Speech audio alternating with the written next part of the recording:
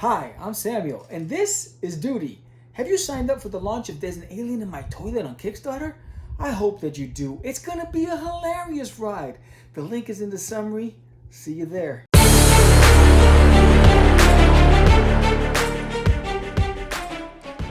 Welcome to the Craze in 10 or less. This is a show where I give it to you in 10 minutes or under. And if I don't,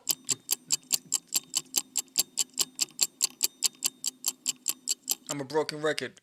What do you expect? Anyways, this episode's coming from one of our subscribers and talented creators out there, Paul Gomez, aka Rave Knight 1356.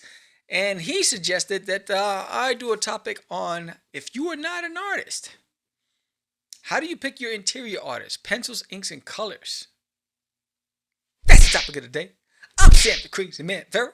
Stop acting up. Let's get it.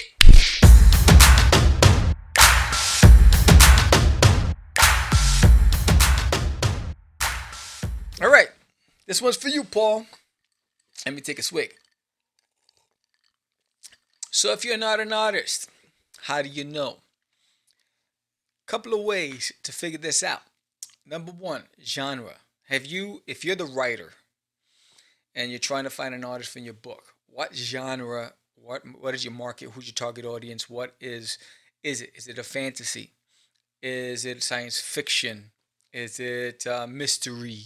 Is it horror? I mean, there's so many things that you have to consider, right? Now, let's say you establish that. All right, let's say it's fantasy. What kind of fantasy? Is it medieval fantasy? Is it new world fantasy? Is it sci-fi fantasy? So now you break that down, right? So we're going into the weeds. Then you say, okay, is it for mature readers fantasy? Is it young readers fantasy? Is it all ages fantasy? Now we established that, right? So you see how you have to go down the line. So let's say you're doing something young reader fantasy. Let's say like a cartoon like Dungeons and Dragons, right? So and there's a specific look that you want, all ages, right? So several things you need to consider. Is it all ages or is it 12 and up? Because the look is going to be specific to that market. If it's all ages, you need something that's very cartoony. You know, a lot of kids today are really drawn towards the manga style of art or the style of art like on Teen Titans, the cartoon, that style of art. Um, so I mean, if it's all ages, you can get away with. Uh, you can even get away with like Rugrats look for all ages, or like Invader Zim type look. If it's more 12 and up, then you want to go into like the Batman cartoon style. So what I suggest is looking at the style of art that appeals to you for that book. Now, you don't want a mature audience and you want it looking like Fraggle Rock, because you're only going to attract a small group of people that like Fraggle Rock, and they're going to make an exception for your book because of the art, right? But you want them to come back. So those are the fundamentals you need to think about. If you're looking for like a Sherlock Holmes, a mystery, horror, who done it type stuff, then you want more of a reality based looking style of art. So you want to get an artist that's able to capture that look and feel, right? So again, you have to go back to the fundamentals. Who is my target audience? What is the book about? Is it for mature readers? Is it all ages? Is it a specific age group? Um, and then go there. So now, let's say you've done that and you established the fact that I found the artist that is able to give me the look that I want for this series based on those criteria. Now, the is this the penciler and inker combination? Because all right, so this is where it gets a little complicated because today most people that you hire do everything digitally, so you're gonna get it inked.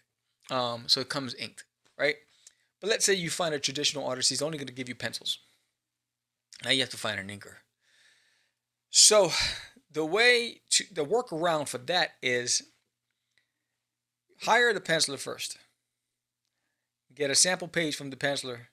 Use that sample page as an entry point for potential inkers.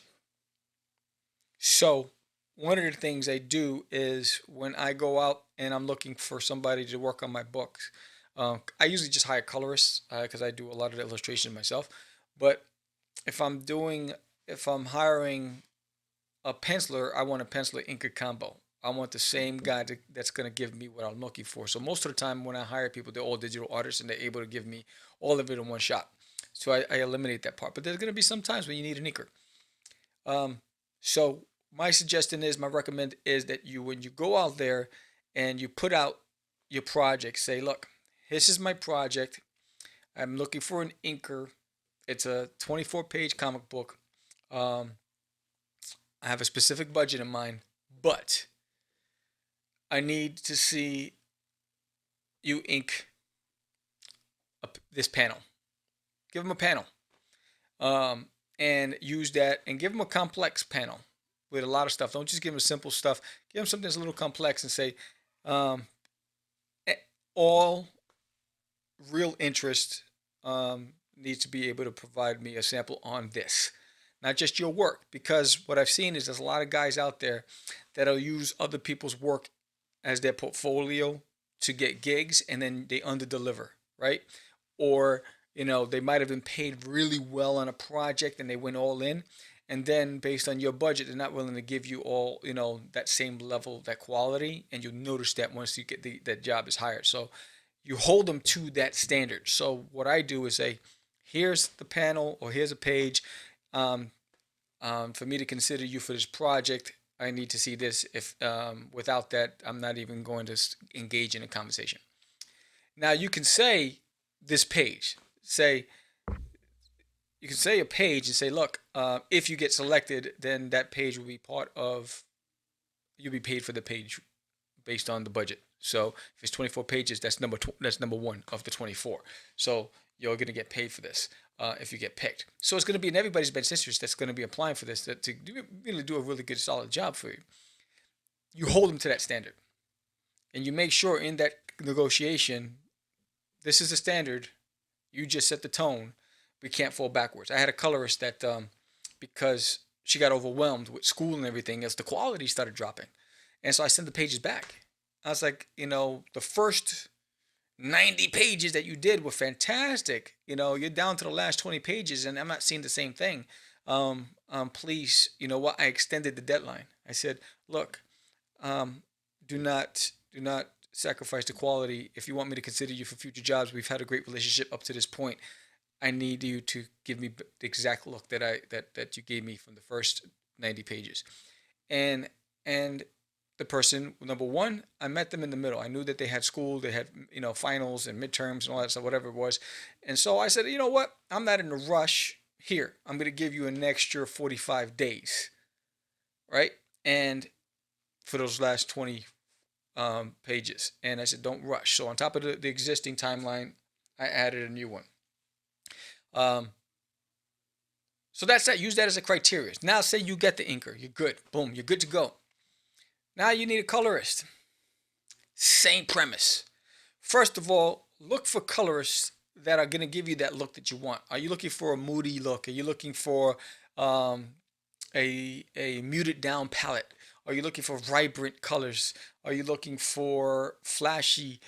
There's so many colorists out there. Take your time. Don't rush to the dance. That's the biggest thing. Everyone rushes. Don't rush to the dance. Take your time, find that colorist, and do the same. It's the same principle.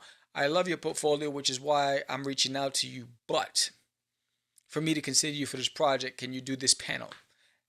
And just boom, and use that as the template and the standard going forward. If they're able, say, look, send them a copy of the script. You always want to send them a copy of the script or the premise for the story. Say, here's the premise for the story. Be very detailed. I'm looking for X, Y, and Z. This is the mood. This is the setting. And I need to be able to capture that. Send them the sample of the artist, right? So they're going to see that art style. They're going to hear your premise. They're going to understand where you want to go with this, and they're going to be able to now apply that information when they're coloring your book, and use that as a means. Talk to other indies out there that have similar looks or color styles that you've seen in their books. Hey, who did you use? Do you mind if I reach out to that person? Network. The biggest way and the easiest way is to network, because everyone's looking for work. Look for the people who had great success with the creatives out there, the inkers, the pencilers, the colorists. Get their opinion. It's just like references when you're applying for a job. They ask for three to five references, right? So you want the same thing. I want references. I want to reach out to it. In fact, I just did. I just worked with somebody, and I asked for all the references first. I did some research, and because for me, I needed to make sure that when I landed on my decision, that I was 100% confident that this is the right direction I'm going to go, and I'm going to go with this. So that's what I would suggest you do. You don't have to know how to draw to find the right colorist. You need to understand the principles of your project and what your goal is to deliver on that. And I'm hoping that that information is helpful. Where do you get these people? You can use DeviantArt. There's a lot of groups on Facebook. So I would suggest Facebook, DeviantArt, and Fiverr. I use Fiverr when I'm budgeting projects, because I put the budget on there. I give the description. I'm able to go out and put all the details of what I'm expecting, and I'm protected. So then you get a multiple bids on your project. Some people come under, some people go over, whatever it is. But I don't care about what you're bidding. I care about what you're able to deliver on my project, because I've also been flexible, and I've increased the budget sometimes based on who it is and the quality of work that they're willing to give me. But Fiverr protects me, because if you're not getting the result, they don't get paid. Your money's in escrow, and it stays there until you're satisfied with the project. So that's another good thing. And then if something goes wrong, you have a mediator. So, but yeah, you got DeviantArt, you have Facebook groups, a lot of Facebook groups.